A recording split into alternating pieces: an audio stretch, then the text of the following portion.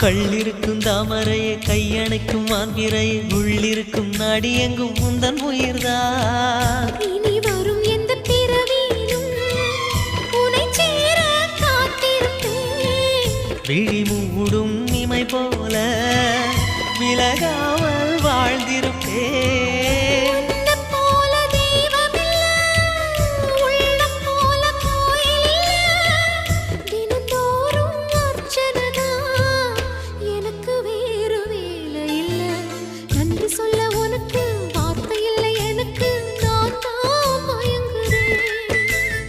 என்னுடைய மனச தந்து விட்ட பிறகும் ஏம்மா கலங்குற